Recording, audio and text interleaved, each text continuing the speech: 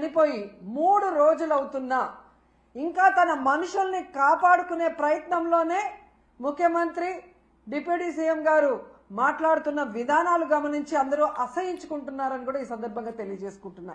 ఎందుకంటే తిరుమలలో ఎప్పుడూ కూడా ఇలాంటి ఘోరమైన దుర్ఘటన జరగలేదు. చంద్రబాబు నాయుడు ఏ ముహూర్తాన ముఖ్యమంత్రి అయ్యాడో ఈ టీటీడీ అలాగే వెంకటేశ్వర స్వామి పరువు ప్రతిష్ట దిగజారిపోయేలాగా ప్రతి ఒక్క కార్యక్రమం చేయటం మనం కళ్ళారా చూస్తున్నాం. నిజంగా ఈరోజు ఎంత బాధాకరం అంటే ఈ చంద్రబాబు నాయుడు తన మనుషుల్ని టీటీడీలోను తిరుపతిలో పెట్టుకొని ఈరోజు 6 మందిని బలి తీసుకుంటే ఇంతవరకు ఒక్కరి మీద కూడా కేసు పెట్టలేదు, వాళ్ళని కాపాడాలన్న ప్రయత్నం చేస్తున్నాడు అంటే ఈయనకి హిందువులంటే గౌరవం లేదా? ఈయనకి భక్తులంటే గౌరవం లేదా? వాళ్ళ ప్రాణాలకి విలువ లేదా? ఎంత సిగ్గుచేటో ఒకసారి మీరు ఆలోచించండి. ఈరోజు చంద్రబాబు నాయుడు తనకి రోజు భజన చేసే నాయుడు గారినేమో టీటీడీ చైర్మన్ చేసుకున్నాడు. తన గత ఓఎస్డి వెంకయ్య చౌదరినేమో అడిషనల్ ఈఓగా పెట్టాడు. మళ్ళీ జేఈఓగా కూడా పోస్ట్ ఇచ్చాడు. జేఈఓ అనేది ఒక సీనియరు అనుభవం ఉన్న వ్యక్తికి ఇవ్వాల్సిన పోస్టుని ఏ అనుభవం లేనివాడు, భక్తి లేనివాడు, భక్తుల మీద ప్రేమ అభిమానం లేని వాడికి ఇచ్చాడు అంటే దానికి కారణం వెంకయ్య చౌదరి అవటమేనా అని నేను అడుగుతున్నా. ఇక ఎస్పీగా సుబ్బారాయుడు గారు తన దగ్గర సెక్యూరిటీ ఆఫీసర్గా పనిచేసిన వాడిని తిరుపతి తీసుకొచ్చి ఎస్పీగా పెట్టాడు. ఇలా నీకు సేవ చేసే వాళ్ళని పెట్టుకొని భక్తులకి సేవ చేయాలన్న ఆలోచన వాళ్ళకి లేకుండా చేసి ఈరోజు 6 మంది చనిపోవటానికి 60 మంది గాయపడటానికి కారణమైన వాళ్ళని ఇంతవరకు కేసు పెట్టకుండా కాపాడాలన్న ప్రయత్నం చేస్తుంటే చంద్రబాబు నాయుడిని ఏమనాలో ఒకసారి మీ అందరూ కూడా ఆలోచించుకోవాలి. ఎందుకంటే దీంట్లో వీళ్ళందరితో పాటు మొదటి ముద్దాయిగా చంద్రబాబు నాయుడు గారిని పెట్టాలి. ఎందుకంటే ఒక పక్క మోడీ గారి మీటింగ్ జరుగుతుంది, దానికి ఉన్న పోలీసులంతా అటుపోయారు. ఇక చిత్తూరు తిరుపతి జిల్లా పోలీసులనైనా ఈ టోకన్ల దగ్గర పెట్టి ఒక 3 రోజులు ముందుగానే టోకన్లు ఇచ్చి వాళ్ళకి సేఫ్టీగా పంపించుంటే ఈరోజు ఈ దుర్ఘటన జరిగి ఉండేది కాదు. కానీ 9వ తేదీ టోకన్లు ఇస్తామని చెప్పి అది 8వ తేదీ సాయంత్రానికే ప్రీపోన్ చేసి 6, 7, 8 చంద్రబాబు నాయుడు కుప్పంలో కూర్చొని ప్రోగ్రాం చేసుకుంటూ పోలీసుల్ని అధికారుల్ని తన చుట్టూ తిప్పుకొని వాళ్ళని పని చేయకుండా చేసి 6 మందిని చంపేసి ఇప్పుడు అధికారుల తప్పిదమంటే ఇది తప్పించుకోవడం కాదా? ఇది ముమ్మాటికి చంద్రబాబు నాయుడు ఆయన ప్రభుత్వం చేసిన హత్యే. ఆయన ఏం ప్రోగ్రాం చేశారో మీ అందరికీ తెలుసా? ఒకసారి చూడండి. 6, 7, 8వ తేదీ చేసిన ప్రోగ్రాంలు స్వర్ణ కుప్పం అంట, కుప్పం విజన్ 2029 అంట. 30 ఏళ్లకు పైగా కుప్పానికి ఎమ్మెల్యేగా ఉన్నావు, మూడు సార్లు ఆల్రెడీ ముఖ్యమంత్రిగా చేశావు. అప్పుడు చేయలేని స్వర్ణ కుప్పం ఇప్పుడు చేస్తానని ఇలాంటి ఒక క్రూషియల్ టైంలో పెట్టి నీ సెల్ఫ్ డబ్బా నీ భజన నువ్వు చేసుకోవడానికి 6 మందిని చంపేసి 60 మందిని గాయాల పాలు చేసి మళ్ళీ కళ్ళబొల్లి మాటలు ఎంతవరకు మాట్లాడటం సమంజసం? కాబట్టి మొదటి ముద్దాయి చంద్రబాబు నాయుడే, అధికారులు కాదు. అధికారులను పని చేయకుండా నీ చుట్టూ నీ సేవ చేయించుకున్నది నీ తప్పు. ఇలాంటి సమయంలో పెట్టుకోకూడదు అలాంటి ప్రోగ్రాం. ఒకటి కొంచెం ముందైనా పెట్టుకోవాలి, లేదా పండగ తర్వాత అయినా పెట్టుకోవాలి. ఎందుకంటే వైకుంఠ ఏకాదశి 10వ తేదీ అని అందరికీ తెలుసు. నువ్వు తిరుపతిలోనే పుట్టావు, మీ చైర్మన్ టీటీడీ చైర్మన్ చిత్తూరు జిల్లా వాడే. మరి మీకు తెలీదా ప్రతి సంవత్సరం ఇన్ని లక్షలాది మంది వస్తారు, వారందరికీ సెక్యూరిటీ ఇవ్వాలి, సక్రమంగా టోకన్లు రిలీజ్ చేయాలన్న ఆలోచన మీకు లేదా? మళ్ళీ సిగ్గు లేకుండా నిస్సిగ్గుగా ఆ గాయపడిన వాళ్ళని పరామర్శించేటప్పుడు ఈ టోకెన్ సిస్టమ్ నేను తేలేదమ్మా, గత ప్రభుత్వం తప్పు అంటున్నావు. మరి గత ప్రభుత్వంలో టోకెన్లు ఇచ్చినప్పుడు ఎక్కడా తొక్కిసలాటలు జరగలేదు, ఎక్కడా ఎవరు చనిపోలేదు. మరి ఇప్పుడే ఎందుకు జరిగింది? మీ చేతగానితనం కాదా?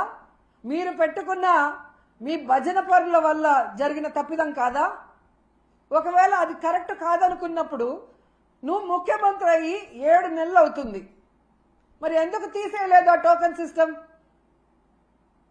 పిల్లలకు ఉపయోగపడే అమ్మఒడి తీసేస్తావు, పేదవాళ్ళకి అవసరమయ్యే ఆరోగ్యశ్రీ తీసేస్తావు, ఏజ్డ్ మహిళలకు యూజ్ అయ్యే వైఎస్ఆర్ చేయూత తీసేస్తావు, పేద పిల్లలు చదువుకునే ఫీజు రియంబర్స్మెంట్ పాలసీని మార్చేస్తావు, పేద ప్రజల రక్తాన్ని పీల్చేలాగా మద్యం పాలసీని మార్చేస్తావు, కానీ టోకెన్ సిస్టమ్ మార్చలేవు ఒకవేళ తప్పని తెలిస్తే.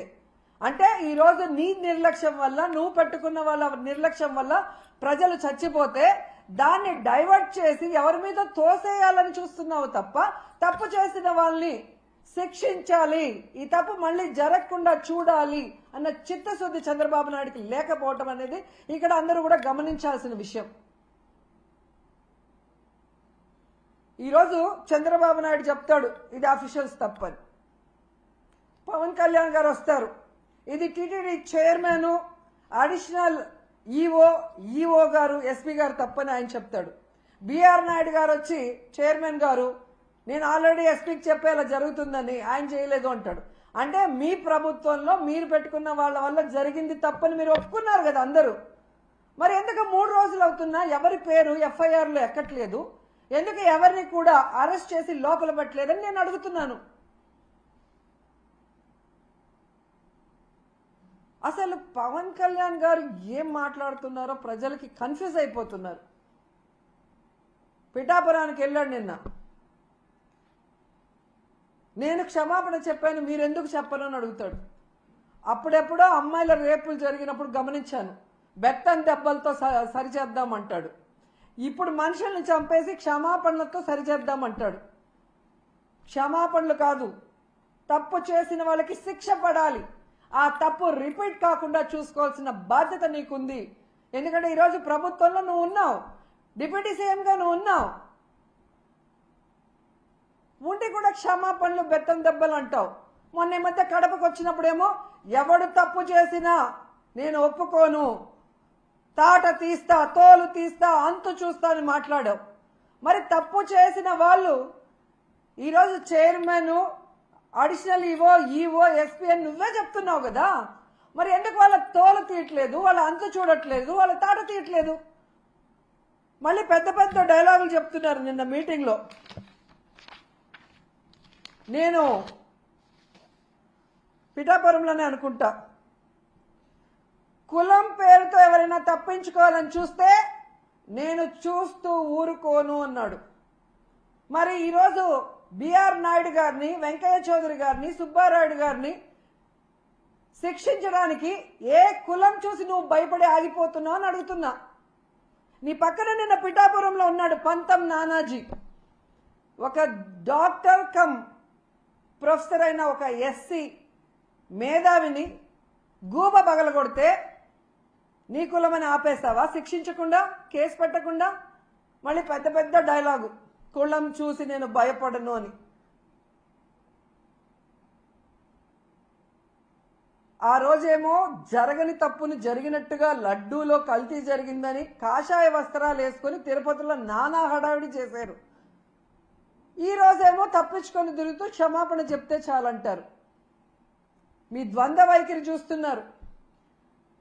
ఏదైతే తెలంగాణలో సంధ్యా థియేటర్లో తొక్కిసలాటలో ఒక్కరు చనిపోతే 14 మంది సినిమా హీరోతో సహా థియేటర్ యాజమాన్యం వరకు 14 మంది మీద కేసులు, క్రిమినల్ కేసులు ఫైల్ చేశారో, ఈరోజు చంద్రబాబు నాయుడు అవసరం లేకపోయినా కుప్పంలో మీటింగ్ పెట్టుకొని అఫీషియల్స్ని తిప్పుకొని ఇక్కడ 6 మంది ప్రాణాలు తీసి 60 మంది గాయాలకు కారణమైనందుకు ఆయనతో సహా టీటీడీ పాలకవర్గంతో సహా ఎస్పీతో సహా అందరి మీద క్రిమినల్ కేసులు నమోదు చేయాలని డిమాండ్ చేస్తున్నాం.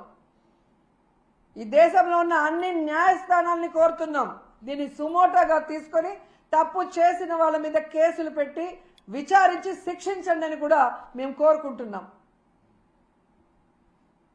ఎంత బాధాకరం అంటే, నా చిన్నప్పటి నుంచి చూస్తున్నాను, కొండ మీద ఇంత తక్కువ జనం ఎప్పుడూ లేరు. టోకన్లు తీసుకున్న వాళ్ళు కూడా చాలా మంది దర్శనానికి రాలేదు అంటే వీరి వల్ల తిరుమల ప్రతిష్ట ఎంత దిగజారిపోయింది, భగవంతుని దర్శనం చేసుకోవాలంటే ఎంత భయం పుట్టిందో ప్రజల్లో మీరు గమనించండి. మొన్న జరిగిన ఇన్సిడెంట్తో తిరుమలనే కాదు, సింహాచలంలో కూడా భక్తుల రద్దీ లేకపోవటం మీరు గమనించాలి. ఎవరైతే ఉన్నారో మఠాధిపతులు బయటికి రండి. హిందుత్వాన్ని, మన దేవుళ్ళని, మన టెంపుళ్ళని ఈరోజు పరువు ప్రతిష్ట దిగజార్చే విధంగా పరిపాలిస్తున్న ఈ చంద్రబాబు నాయుడు, పవన్ కళ్యాణ్కి బుద్ధి చెప్పండి. ఏ హిందూ భక్తుల ప్రాణాలు పోయాయో వారి కుటుంబాలకు అండగా నిలబడి తప్పు చేసిన వాళ్ళని శిక్షించే విధంగా మనమందరం కలిసికట్టుగా పోరాడదామని కోరుకుంటున్నాను. ఎందుకంటే ఈ చంద్రబాబు నాయుడు తప్పించుకునే రాజకీయాలు చేస్తారు. పవన్ కళ్యాణ్ ఏమో సినిమా డైలాగులు చెప్పినట్టు చెప్తాడు కానీ మళ్ళీ ఎక్కడా కూడా ఏం చేయడు.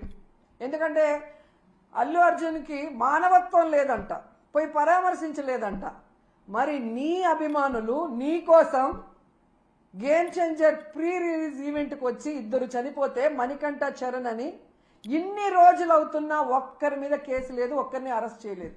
నిన్న నువ్వు పిఠాపురానికి వెళ్ళి ఆ కుటుంబాన్ని పిలిపించి కూడా వాళ్ళని కలవకుండా, వాళ్ళని పరామర్శించకుండా వాళ్ళని అవమానించావు. మరి నీకు మానవత్వం ఉందా అని నేను ప్రశ్నిస్తున్నా.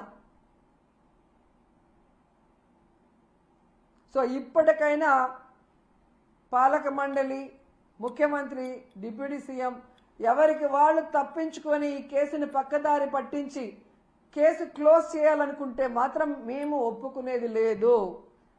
ఆ కుటుంబాలకి మేము అండగా నిలబడతాం. ఆ కుటుంబాలకి న్యాయం జరిగేంత వరకు పోరాడతాం. అటు న్యాయపరంగా పోరాడతాం, ఇటు ప్రజలకి అండగా నిలబడి కూడా పోరాడతామని కూడా ఈ సందర్భంగా తెలియజేసుకుంటున్నాం. ఇక మన చిన్నమ్మ గురించి చెప్పుకోవాలి ముఖ్యంగా. ఎందుకంటే హిందుత్వ పార్టీ బీజేపీ పార్టీ.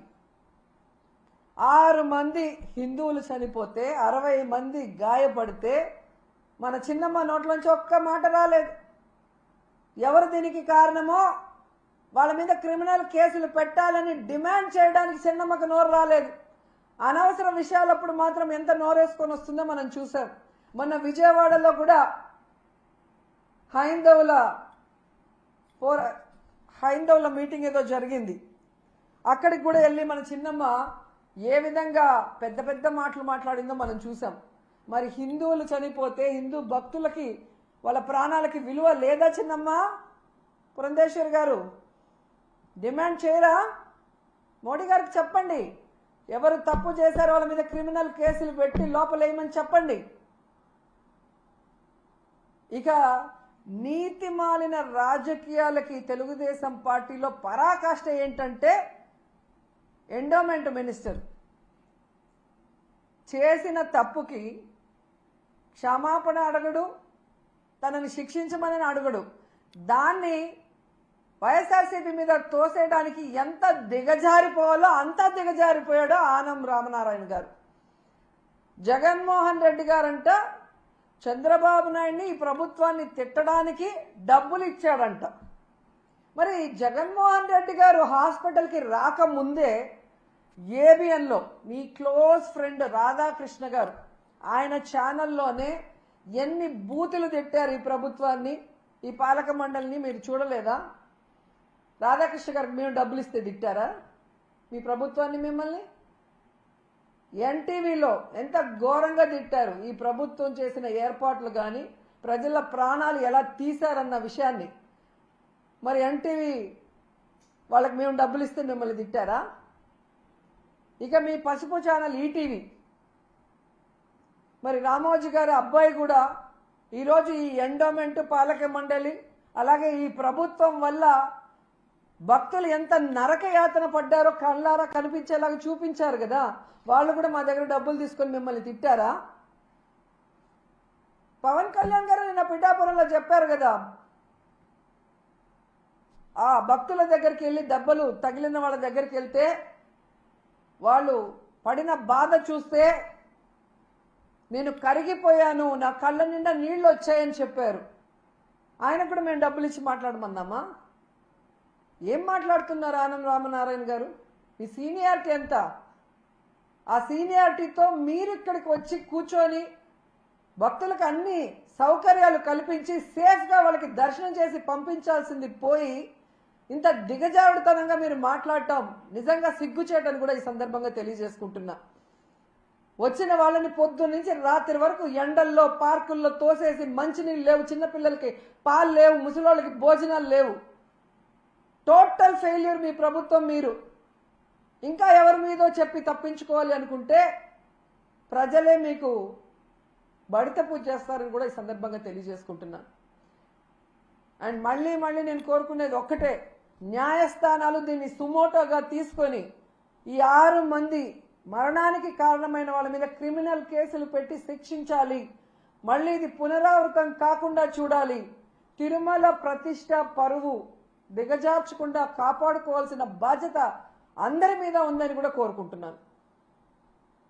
లేరుకొని ఈ విషయంలో రాద్ధాంతం చేస్తారు. ఈ విషయంలో ఎందుకు స్వామీజీలు గారు మిగతా వాళ్ళు హిందుత్వ సంఘాలు మాట్లాడలేదు మేడం? ఎంతసేపు జగన్ గారి మీద పడి ఏడవటానికి వీళ్ళందరూ